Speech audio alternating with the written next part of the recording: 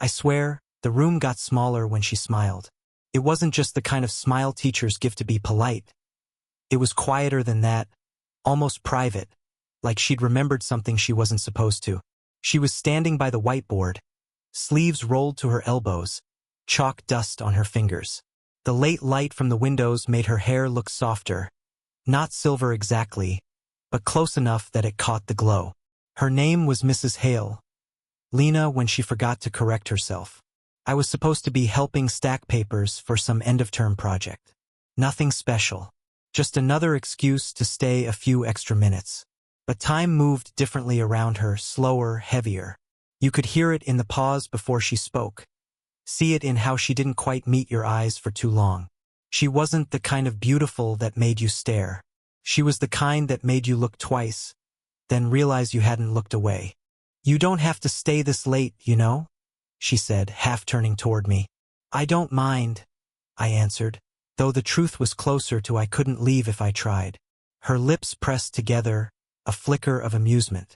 "You always say that." The papers rustled between us. My hand brushed hers by accident, or maybe not. The touch lasted a second too long, skin against skin, and then she withdrew, clearing her throat. The room smelled faintly of coffee gone cold and old paper. The air felt too still.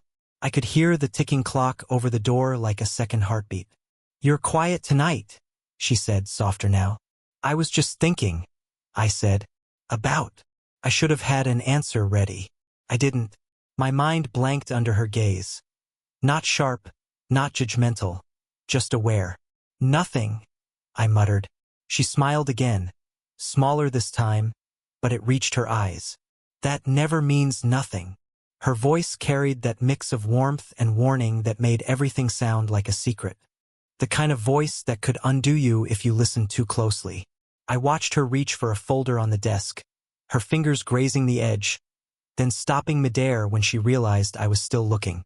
"What?" she asked. "Nothing," I said again, lying worse this time. The silence after that wasn't awkward. It just stayed. Thick enough that you could feel every breath, every shift of her hand. She moved to close the window.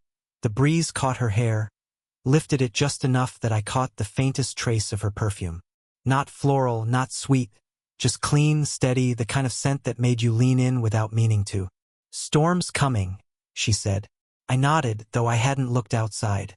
The first roll of thunder was far away, like a warning that something was about to start. She turned back, leaning against the desk, her expression unreadable. "You'll catch the last bus if you leave now." "I don't mind waiting for the next one," I said, quieter than before. Her eyes held mine, steady, unblinking, and in that moment, I knew she understood what I wasn't saying. She looked down, exhaled, then reached for her cup, realizing it was empty. The tiniest sigh escaped her, like she'd been holding her breath for too long. When she finally looked back up, the power flickered. Lights dimmed. The hum of the building went silent. For half a second, the only light came from the storm outside. And in that flash, her face, close, unguarded, unsure, turned toward me. Then came the sound of the hallway door unlocking. She stepped back. "That'll be the janitor," she whispered. But her voice trembled just slightly, as if she wasn't certain at all. The storm never really left that night. It stayed in the air, in the way every silence between us seemed charged, like something waiting for a reason to break. The janitor passed by the open door, nodded at us, and kept walking. After he was gone, neither of us said anything. She just went back to gathering papers, slow and deliberate, as if each sheet gave her time to breathe. I helped without speaking. My hands shook a little, maybe from the cold air sneaking through the window crack. Maybe not. "You should go," she said eventually, still not looking at me. "It's late." I didn't move. "You're still here."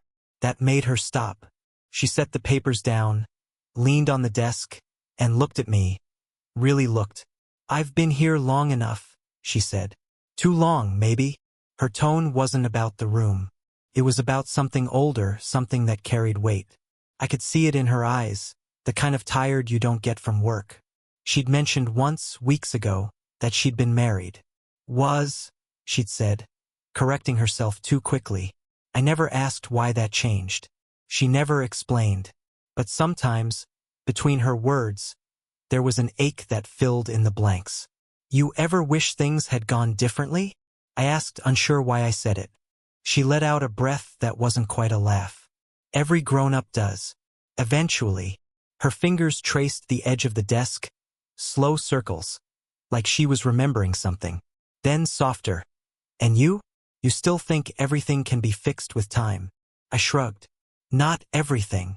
Her eyes flicked up, a flash of something, curiosity or warning. Maybe both.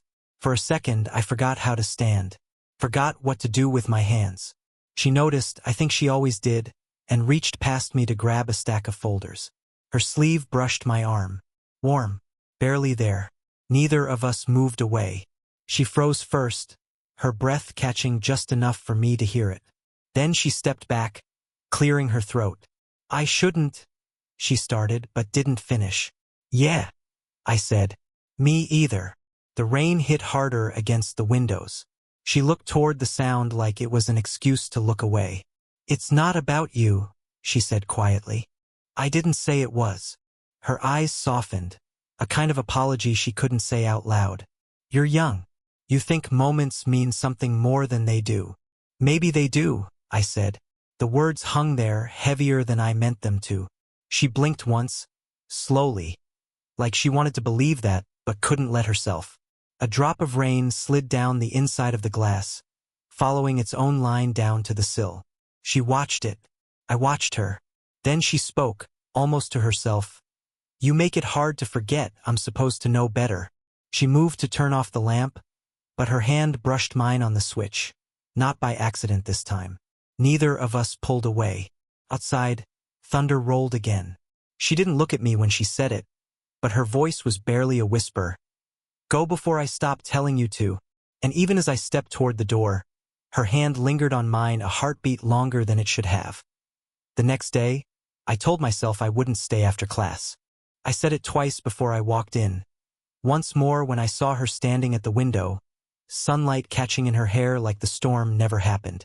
But when everyone else left, she didn't ask me to go. Close the door, she said quietly. The latch clicked louder than it should have. She was sorting papers again, always something to do with her hands. The silence between us wasn't awkward anymore. It was worse than that. It was comfortable. I shouldn't have said what I did, she started, still facing the window. I leaned against the edge of a desk. You didn't say anything wrong. She turned then, slow, careful, and met my eyes. That's exactly what makes it wrong. The air in the room shifted, that invisible line between us suddenly clear again. I wanted to say something, anything, but the words just stayed stuck. A vibration cut through the quiet, her phone, lighting up beside a stack of graded essays. Dinner at 7? Mark, she didn't reach for it right away. Just stared at the message until the screen dimmed. You can answer, I said. She shook her head, a tired half-smile tugging at her mouth. Old habits. Something in her tone made me ask, before I could stop myself, is that your ex? Her eyes flicked to mine. You shouldn't know me well enough to ask that. But she didn't deny it. The air felt heavy again. I took a step toward her. She didn't move back. She reached for a folder, but her fingers missed the edge and brushed mine instead. The touch was so slight it shouldn't have meant anything, except it did. She froze. Then her voice dropped. You have no idea how complicated this is. I think I do. Do you? She asked, almost angry now, but softer than her words. You think this? She gestured between us, small, shaking her head. Is simple? I'm supposed to be the one with control. The one who knows better. I wanted to say you don't feel like my teacher right now, but I bit it back. The words felt dangerous even in silence. Instead, I said, then tell me to stop. Her breath hitched, a quiet, involuntary sound. I've been trying to, she whispered. For a second, the world narrowed. No hallway, no thunder, no clock ticking. Just her hand resting against the desk, inches from mine. She looked up at me, eyes uncertain, searching, and for the first time, she didn't pull away. The distance between us vanished down to one breath. And then a knock. We jumped apart like the sound had burned us. The door creaked open, and a voice, a colleague, another teacher, poked in. "Lena, you coming to the staff meeting?" Her answer came too fast. "Yes, just finishing up." He nodded and left. The door closed again, but it didn't feel like it had. The air was still split down the middle, what almost happened on one side, what couldn't happen on the other. I exhaled, finally. That was close. She turned her back to me, hands trembling as she straightened the papers. "Too close," she said. But her reflection in the window told a different story, one that wasn't ready to end yet. For 2 days, she avoided me. No eye contact, no small talk. Just clean, sharp distance. When she finally asked me to stay after class again, her voice was clipped, formal, the way it used to be before everything changed. "I need to talk to you," she said, closing the door. Her tone was steady, but her hands weren't. "I shouldn't have let things go this far," she said. "You're young. This isn't fair to you." I laughed once, quietly. "You think that's what this is about? Fairness? Don't," she said, a whisper that almost broke. "Don't make it harder." But it was already hard. Every time I looked at her, something in me twisted. Not just want, but the ache of knowing I shouldn't. "I can't keep pretending I don't think about you," I said. She closed her eyes like the words hit her. "You don't mean that." "Ido." Her breath caught. She stepped back, but her shoulders brushed the desk, trapping her between it and me. The scent of her, faint coffee, skin, something soft like rain, pulled me closer before I thought to stop. "You don't know what you're doing," she whispered. "Then tell me." Her eyes opened again, wet around the edges but steady. "You think this is some story you'll grow out of. It isn't.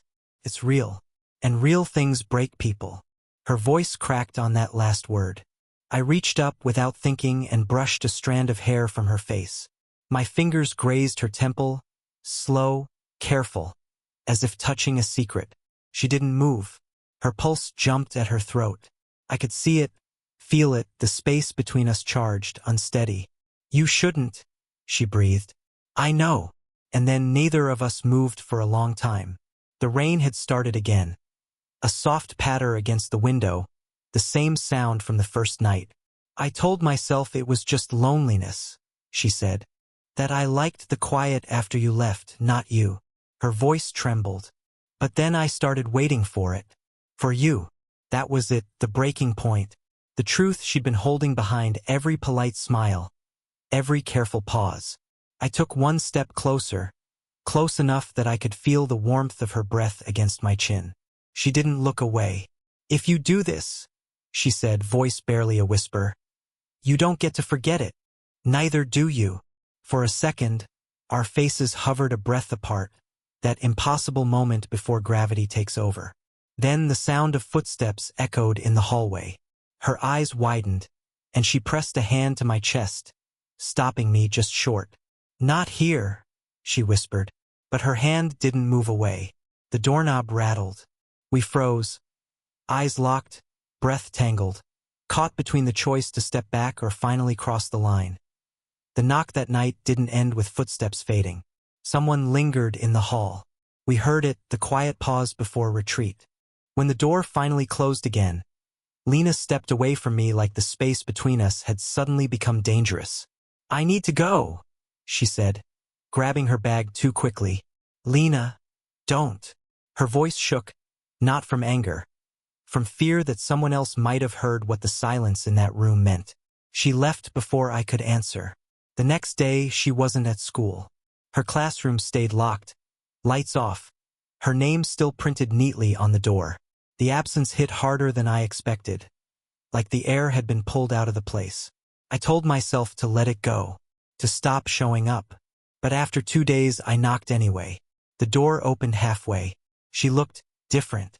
No makeup, hair loose, barefoot, like she hadn't planned on seeing anyone. "You shouldn't be here," she said. "You didn't answer my texts." "I wasn't supposed to." Then she sighed, opened the door the rest of the way, and let me in. The house was small, quiet, books stacked on the floor, a mug with cold tea beside an unmarked stack of essays. She'd been reading to distract herself. "I think someone knows," she said low. "Knows what?" She gave a small, humorless smile. "What do you think?" I felt my stomach drop. "Who?" "Another teacher. Mark. He saw us that night after the meeting. He asked if something was going on." "What did you tell him?" "I lied," she said, voice cracking. "But he didn't believe me." She moved to the window, rubbing her arms like she was cold. "I've been in this job for 20 years, she said. "Do you know how fast one rumor can destroy that?" I didn't. But watching her now, shaking hands and glassy eyes, I understood enough. "I don't care who knows," I said, stepping closer. She turned, fierce this time. "That's because you don't have anything to lose." I stopped. She was right. The words hit deeper than she meant them to. Her shoulders softened immediately. I'm sorry. "I didn't." "I know," I said quietly. I reached out before she could finish and took her hand. She didn't pull away this time. Her fingers were cold, trembling slightly, but she held on. "What do we do now?" I asked. She looked down, then up again, her face so close that I could feel the tremor of her breath. "I don't know," she whispered. "But if I lie again, it won't be to him." Her voice was barely there, but the truth underneath it was too heavy to ignore. The space between us closed, slower this time. "I'm tired of pretending," she said. "Then don't." Her hand tightened in mine. Outside, a car door slammed. Too close, too sudden. We froze, listening. She exhaled, heart pounding against my chest, and whispered, "If this doesn't end now, it'll end us." But she didn't let go. The sound outside faded, just a neighbor, nothing more, but neither of us moved. Her hand was still against my chest, fingers curled slightly, like she hadn't realized she was holding on. "Lena," I said, but it came out quieter than I meant. She looked up, tired eyes, half light on her skin, and shook her head slowly. "Don't say it. Not yet." I didn't. I just stood there, close enough to feel the warmth coming off her. Her shoulders rose, then fell with a shaky breath. "I've spent weeks trying to make this stop. I thought if I ignored it long enough, it would go away." "Did it?" She smiled, small, defeated. "No, the honesty in that one word hit harder than anything else." I stepped closer, barely, and she didn't back away. Her pulse fluttered where her collarbone met the edge of her sweater. I could see it, see how her control was slipping the same way mine had. "You don't make this easy," she whispered. "I'm not trying to." A laugh escaped her, soft, half disbelief. "You're supposed to be the one learning." "Maybe I am." The air between us thickened, heavy with everything we hadn't said. Every unspoken line we'd drawn now blurred into something that felt too real to undo. She took a step toward me this time. The distance disappeared. "If we cross this line," she said, voice breaking, "it changes everything." It already has. For a moment, there was nothing else. Just the sound of rain against the window and the fragile rhythm of her breathing.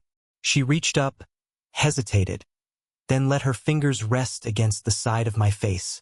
They were cold at first, then warmer as I leaned into them. Her eyes searched mine, desperate for something to make sense. "I don't know what happens after this." "Then let's not talk about after."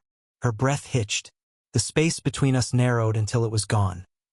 Not a kiss, not yet, but that single second where the world holds its breath waiting for what comes next. She closed her eyes. "You make me feel like I'm still alive," she said, and the words sounded like a confession she hadn't meant to give. "And you make me feel seen," I answered. That was the moment she finally let go of reason, of fear, of the need to keep pretending. Her forehead rested against mine. Neither of us moved because moving would have meant choosing. Then she whispered, "I can't keep fighting this." "I'm not asking you to." Her lips brushed mine. Not a kiss, just a touch that said we both know. The storm outside broke harder, wind rattling the glass, but everything inside was still. When she finally stepped back, her hands stayed on my shoulders for a second too long. Her eyes were steady now. "Whatever happens next," she said, "we can't say we didn't understand." And in that single, quiet truth, I knew we'd already crossed the line. Even without the kiss, morning came quiet. The rain had stopped, but the air still held its scent. Damp, clean, like something that had finally let go. Lena stood by the window, one hand on the curtain, the other wrapped around a mug that had gone cold again. She didn't look at me at first, but I could see the calm in her shoulders. The kind that comes after a long fight, even if the war's not over. "You stayed," she said softly. I nodded. "You didn't tell me to leave." A small smile tugged at the corner of her mouth. "I almost did." We both knew almost had been our story for weeks. Almost a confession, almost a kiss, almost brave enough to stop pretending. But that night had shifted something permanent. She turned, leaning against the windowsill, the morning light cutting soft across her face. "I used to think this would end in regret," she said. "That one day I'd look back and hate myself for not being stronger. And now," her eyes met mine, steady, open. "Now I think strength isn't always walking away. Sometimes it's staying when you're terrified." I crossed the room slowly. When I reached her, I didn't say anything. I just stood close enough that our shoulders brushed. She let her head tilt against my arm, the contact small but grounding. "I kept waiting for someone to save me from myself," she said. "Turns out, I just needed someone who saw me." I smiled. "You were always worth seeing." The words hung there, simple and true. She set the mug down, turned to face me fully, and reached for my hand. Her fingers threaded through mine, not hesitant this time, just sure. Her palm was warm, faintly trembling, but not from fear. For a while we didn't talk. The world outside went on. Cars passing, birds somewhere in the distance. But inside, everything felt still. "You know this won't be easy," she said finally. "I don't want easy." That earned me a quiet laugh, one that loosened the last bit of tension between us. Then she stepped closer and rested her forehead against mine, just like before. No rush, no hiding. Her breath brushed my lips, her voice barely there. "I don't know what this is," she whispered, "but I don't want it to disappear." "It won't." She smiled, eyes half closed. "Promise?" "Yeah," I said. "Promise." When she kissed me, it wasn't desperate or forbidden anymore. It was steady, real. The kind of kiss that said we've already survived worse.